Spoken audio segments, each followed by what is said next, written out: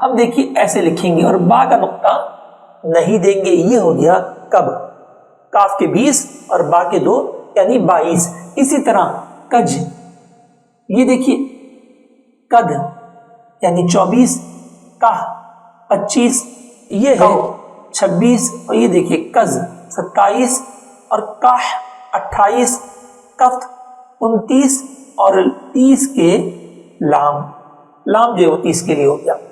اب آ جائیے اپنے 31. تو لام الف, لام با, لام جیم اور لام دال اور لام ہا, یہ ہو گیا 35.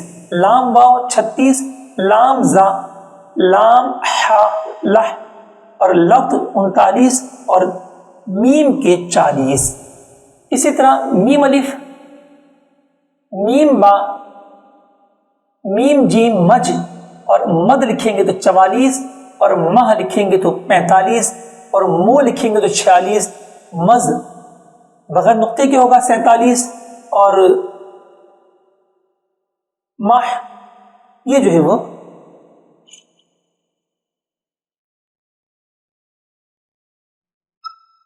48 اور مت 49 اور نون کے 50. لیکن ناظرین اکرام نون کو ایسی شکل دیں گے, ٹھیک. اب اس کے بعد نہ لکھنے کے لیے ہم نون کا نقطہ دیں گے, کیونکہ اگر یہ نقطہ نہ دے تو پھر یہ یا بن جائے گا اور تمیز نہیں رہے گی, لہذا یہاں مجبوراً ہم نون کا نقطہ دیں گے. نب, اب بالکل بس سمجھ لیجیے یہی سب کچھ چلتا رہے گا, لیکن یہاں جو 11 سے لے کے 20 تک تھا, لیکن وہاں یا تھا اور یہاں پر نون ہوگا. نب, نج, ند, نہ, نو 56, نز 57, نح 58, نت 59 اور 60 کے لیے جو ہے وہ ناظرین کرام سین, ٹھیک ہے. لیکن سین کو ایسے نہیں لکھیں گے بلکہ سین کو ایسے لکھیں. اچھا 61 کی طرف آئیے, یہ دیکھیے 61, 62, 63 اور صد 64, سہ 65, سو 66, سز 67, ساہ 68, سب 69 اور 70 کے لیے جو ہے وہ عین کا عدد ہے. ہم انشاءاللہ آپ کو پوری 100 تک کی گنتی لکھوائیں گے, اور اگر آپ چاہتے ہیں کہ آپ کی بھی پریکٹس میں آ جائے تو آپ کو ویڈیو کو بار بار دیکھتے ہوئے اس کو جو ہے اپنے لکھنا ہوگا. دیکھیں ہم جب اپنے بچپن میں جب ہم نے 100 تک کی گنتی سیکھی تھی تو ایسا نہیں تھا کہ کوئی فوراً آ گئی تھی, ہم نے اس کو بے شمار مرتبہ ہم سے جو ہے وہ ٹیچروں نے بار بار لکھوائی تھی, تب جا کر ہمیں 1 سے لے کے 100 تک کی گنتی لکھنا آئی تھی. تو یہ ایک بالکل اپنے حروف والی زبان ہے, لہذا اس میں بھی سیکھنا پڑے گا, کچھ محنت کرنا پڑے گی. آ 71, اب 72, اج 77, 73, اد 74, آہ 75, آؤ 76, از 77, آہ 78, ات 79 اور فا 80. اب فا کا نقطہ بھی دیا جائے گا, فا الف, یہ دیکھیے 82, 83, 84, 85, 86, 87, 88, 89 اور 90 کے لیے سواد ہے, اور سواد کو بھی ایسے لکھیں گے ساہ کی طرح. 91, 92, 93, 94, 95, 96, 97, سز, ساہ 98, ست 99 اور 100 کے لیے قاف. تو یہ تھا ناظرین کرام علم ابجد کو ملا کر لکھنے کا طریقہ. اچھا یہ کیوں ضروری ہے, اہل علم حضرات متوجہ ہوں کہ جب آپ اپنے کتب دینیہ کا مطالعہ کریں گے, خصوصاً میرے آقا و مولا امام اہل سنت مولانا شاہ امام احمد رضا خان رحمۃ اللہ علیہ کے فتح رضویہ شریف کا مطالعہ کریں گے, تو آپ نے جگہ جگہ پر علم حیت و توقیت کو اسی گنتی میں بیان کیا ہے. جب تک آپ اسے نہیں سیکھیں گے تو وہاں پر آپ کا پڑھنا سمجھنا جو ہے وہ دشوار ہوگا. تو اس کو پریکٹس کریں گے انشاءاللہ تو آپ کے لیے کافی آسانی ہوگی.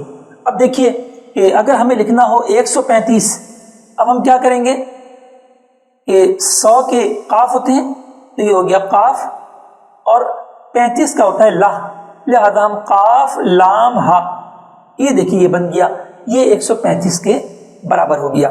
اچھا کبھی اگر ہمیں 1000 لکھنا ہوگا، یعنی 100 سے بھی اپنے جو ہے 1000 کی طرف ہم چلے جاتے ہیں. مثلا ہمیں لکھنا ہے 126، 1026، تو ہم ایسے لکھیں گے غین کاف واو خگو، کیونکہ غین کے 1000 ہوتے ہیں، کاف کے 20 اور واو کے 6، تو یہ ہو جائے گا 1026. اور اگر 1000 سے زیادہ گنتی ہو تو پھر ہم غین کے پیچھے اس کا عدد لکھ دیں گے کہ وہ کتنے ہزار ہے. مثلا ہم لکھنا چاہتے ہیں کہ جو ہے وہ 3441، تو دیکھیں ایسے لکھیں گے. پہلے ہم نے غین لکھا اور اس سے پہلے ہم نے جو ہے وہ یہ بنا دیا، یہ دیکھیے جیم غین، یعنی 3441، 400 کے تا ہے اور 41 کا میم الف، لہذا ہم جو ہے وہ اس کو یوں بھی لکھ سکتے ہیں 3400 اور میم کے 40 اور 1 کا 1 الف کا 1، تو یہ ہو گیا 3441. تو امید ہے کہ آپ نے کافی چیزوں کو سمجھ لیا ہوگا. اب علم حیت و توقیت والے توجہ دیں کہ درجہ، دقیقہ، ان سب چیزوں کو کیسے لکھا جاتا تھا. ان کے بھی شارٹ کٹس ہوتے تھے. مثلا ہمیں بریلی شریف کا عرض بلد لکھنا ہے، اور بریلی شریف کا عرض بلد 28 درجے اور 23 دقیقے ہیں. تو سرکار اعلیٰ حضرت رحمۃ اللہ علیہ نے یوں لکھا کاہ، یہ ہو گیا 28 درجے، اور درجے کے لیے علامت دے دی جاہ کی بغیر نقطہ کے، یہ ہو گیا درجہ، اور اس کے بعد دے دیا کج. اب اس کے اوپر لکھا نہیں رہے گا کہ یہ دقیقہ ہے، لیکن ناظرین کرام اس کو دقیقہ ہم شمار کریں گے. کیوں؟ کیونکہ جب یہ درجہ ہے تو اس کے بعد دقیقہ اور اس کے بعد ثانیہ والی کیفیت آئے گی.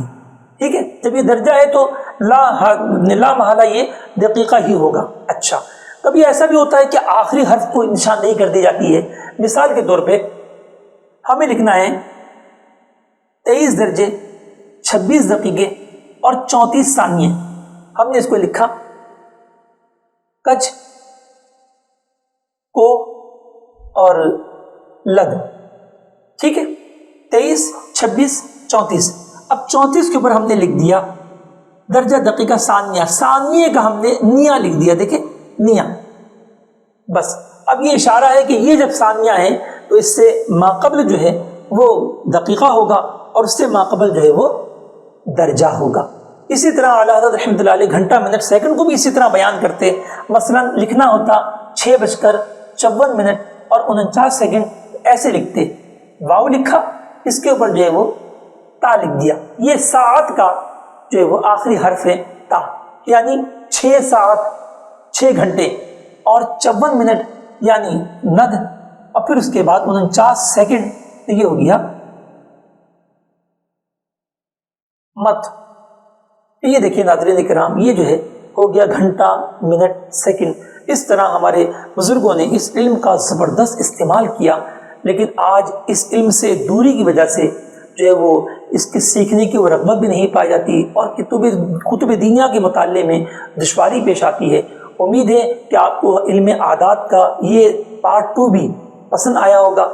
اگر آپ نے ابھی تک ہمارے یوٹیوب چینل مجلس توقیت کو سبسکرائب نہیں کیا تو کر لیجیے، انشاءاللہ آپ کو ہماری نئی نئی ویڈیوز بآسانی دستیاب ہو سکیں گی. اسے سبسکرائب بھی کیجیے اور دوسروں کو شیئر بھی کیجیے. جزاکم اللہ خیرہ. السلام علیکم ورحمۃ اللہ وبرکاتہ.